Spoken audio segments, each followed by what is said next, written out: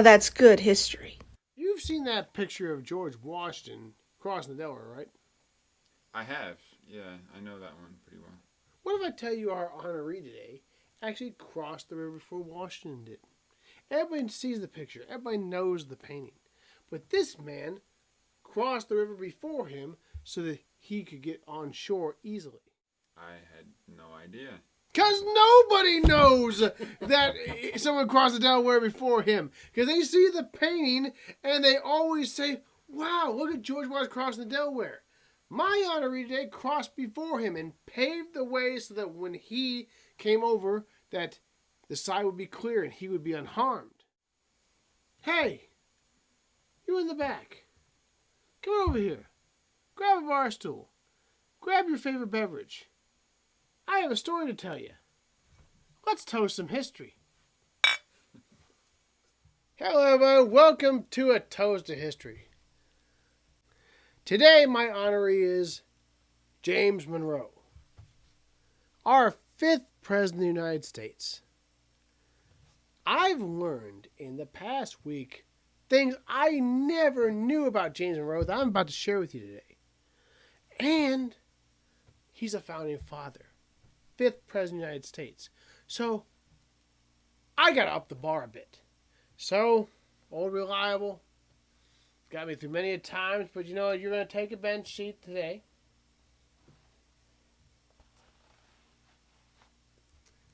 Let's get revolutionary up in here.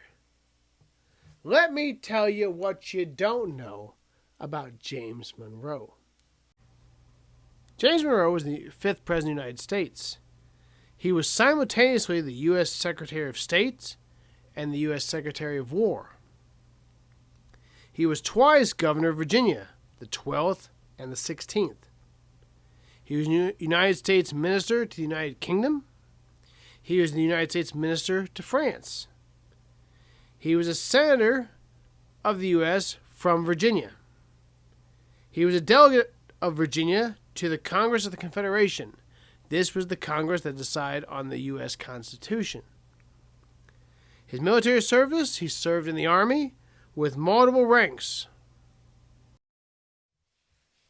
This man went to the College of William and Mary. You remember William and Mary if you've watched my episodes. 2 presidents who we've talked about went there. This man, I don't have William and Mary out here. Why? Because he didn't graduate from there. He left college. He was a teenager. He joins the Revolutionary War. The Revolutionary War breaks out. He joins up. This man joins Washington's army. And he makes such a good impression. He's made a lieutenant as a teenager. Let me give you a perspective. At most, he's 19. At most, he's 19. Most of the troops he is leading he's half their age. But he is leading troops in battle. Let me blow your minds even more. I know most of you out there have seen that picture. That famous picture of Washington crossing the Delaware. Ice in the water. People with the oars. But then you look behind him, you see a small little character right there holding the flag. That's James Monroe. That's James Monroe with George Washington. I never knew that. But you know what? I'm glad I never knew that. Because now that I know it, I realize it's a lie. It's a lie, everybody. Everybody out there, forget what I just said, because it's a lie. He was not on that boat with George Washington. But you know why? Because he was there hours beforehand. While Washington's doing his I'm sailing across the Delaware pose, he's creating room for George Washington. He's going to cross the thing, make sure it's secure and everything's ready and there's nobody going to shoot him. During this battle, the man gets shot. It's a sneak attack. We're trying to keep it quiet. We're trying not to do many things. So there's not handily a doctor around there to help him. They secure the wound as best they can, but they finally get him back to the ships, and they end up being able to save his lives. But you know what? The man almost dies. Right there, our 5th president gone. Something saved him. I'm not going to discuss what, because some people get offended easily. You know the winter where most of Washington's army froze their asses off and suffered? This man was there.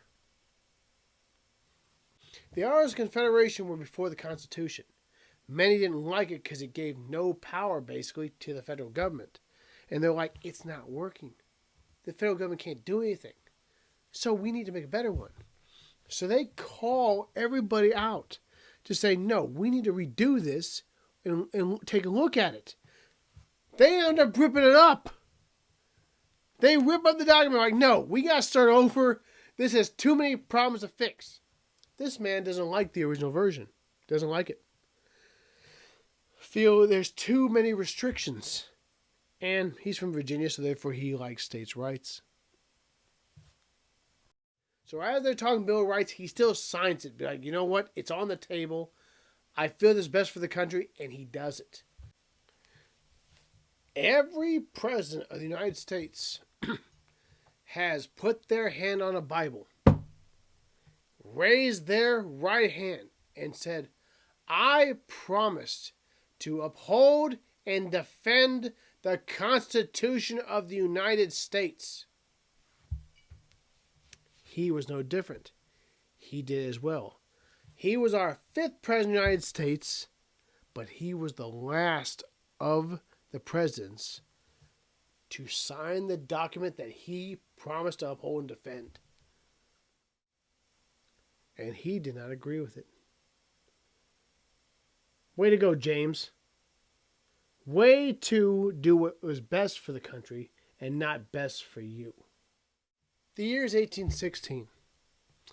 We're looking for candidates for president. Now look what you have to follow, everybody. George Washington. Kind of a big deal. John Adams, a signer of the Declaration of Independence. Jefferson, who wrote the damn thing. James Madison, the father of the Constitution. Quite a group of men to follow. They're looking for somebody. This man, he's a Virginian.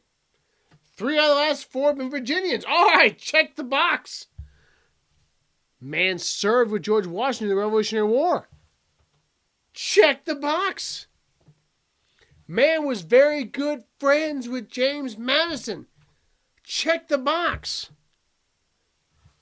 Right now, this guy is the leading candidate to be president. He has all the qualifications to be that man. He wins easily 84% of the vote. This is it. This is the hot ticket, man. This is the man. He runs for a 2nd term. And nobody opposes him. Nobody. He does not have a candidate that says, you know what, I'm going to run against him. No, he is nobody. He wins by a landslide. But he carries all but one electoral vote. Now, if you want to be the guy with the rose-colored glasses and say, hey, this senator's like, you know what? I don't want him to be like Washington. Washington was the only unanimous president. You can go that route and say, yes, that's why he got his one vote against. But if you dig deep into the history, the guy didn't like the guy. He knew he was going to win anyway, but he was not going to win with my vote, damn it. So, he votes against him. So he only loses one electoral vote. He has all the rest of them. And easily walks into his 2nd term. This man is the creator of Monroe Doctrine. But the Monroe Doctrine states no foreign bodies, no European bodies, nobody across the water can come over here and colonize ever again. If you're here, you're established. And if you do, there will be consequences. He doesn't disclose what these consequences are. He does not say we're going to go to war. He does not say thing, he says, there will be consequences, means you will be dealt with by the U.S. Puffed out your chest. America, baby. America. That's what he does. And this goes even to this day. Why do we have no colonies from other countries? This guy, he wrote it out. War of 1812 happens. Now, if you want more on that, you can go into my James Madison video. You can go into my George Armstrong video. I'm sorry, people. You know what? History overlaps. So, War of 1812. Washington's burnt to the ground. The White House is in bad shape. It's not burnt to the ground, but it's in pretty bad shape. Madison leaves. This guy walks in the White House, and it's torn up. It's still in pretty bad shape. Congress allots $50,000 for repairs. And it's not enough. It doesn't fix everything. James Monroe is like, I'm living in this house. And he helps out. He gives $75,000 of his own money. He ends up getting reelected. So 8 years he lives in this house. He gives $75,000 of his own money. He sells his home, his estate. He sells it to give money to rebuild the White House. At the end of his terms, this man is up to his ears in debt. Oh my gosh, the president is poor, everybody. The president is up to his ears in debt. Congress, so gracious of them, catches wind of this, goes up to Mr. Monroe. Mr. President, how much money are you in debt? What do you need? $30,000. Here's a check. He gives $75,000. He gets $30,000. He's technically probably owed $45,000, negative $45,000 in the hole. But he's like, you paid off my debt. Thank you. This man built the White House with his own money. Why don't we know this man? So every time you look at pictures of the White House today, I want you to think, you know what? This man paid for part of that. Every time I find real good things about these presidents, I usually take a toast. And man, you're going to get me drunk, James. They call him the end of an era because, like I said, end of a last president to serve in the Revolutionary War. Last man to sign the Constitution. This was an era that started the country. Now we got to get an era that keeps the country going. And he was the end of it. Yes, he didn't have a villain. He didn't have controversy.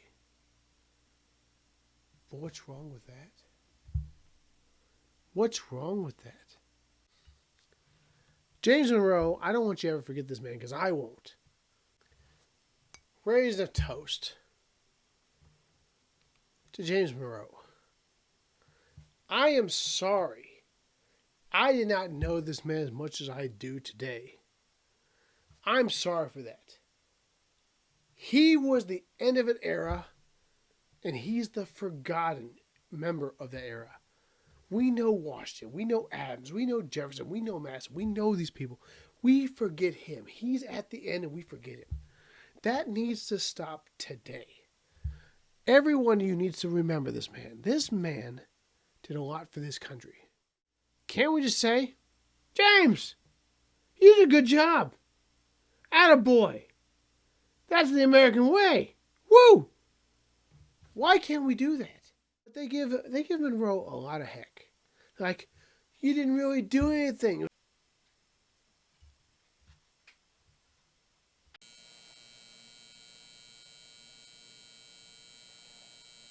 All right. Oh, I got you, James. I got you. I got this. You disrespect this man? This man signed up for the Revolutionary War when he was a teenager. I could have a college degree, everybody. But no, I went out and fought for my country. This man fought with George Washington. This man signed the Constitution of the United States. I could have my way. I didn't like how that document is written, but he signed the bill because the Constitution was best for the country. This man made a document that said all European powers stay out or else. I could have a stack of money in my bank account, but I said, no, the White House needs rebuilt because that's what the nation and the world looks at when they see our country. And you're going to disrespect this man? Not on my watch, baby. This man is an American hero and should be treated as such. You're like, who looks for problems? We have a lot of problems today. I got it. I'm glad he didn't have any. Because you know what? He dealt with many before he was there. Hope I covered it all, James. Don't worry. I got your back. To James Monroe, to the era of good feelings, to our 5th President of the United States, happy birthday, Mr. President. Now that's good history. Wait a minute, everybody. Don't leave. I got a bit preachy during my last toast. But let's hug it out. Because you missed the Jared Challenge. But, hold on. Let's get back to normalcy. All reliable. Welcome back. All right. If you can get the Jared Challenge, not only will I toast our next honoree, I will toast you on the show. Who doesn't like to be toasted? I like to be toasted. So, for all you conspiracy theorists out there, Roswell, New Mexico, the little gray men. I think they're gremlins myself, but that's just me. If you can tell me who the president was during this cover-up, not only will I toast him, I will toast you on the show. So, who allegedly covered this up?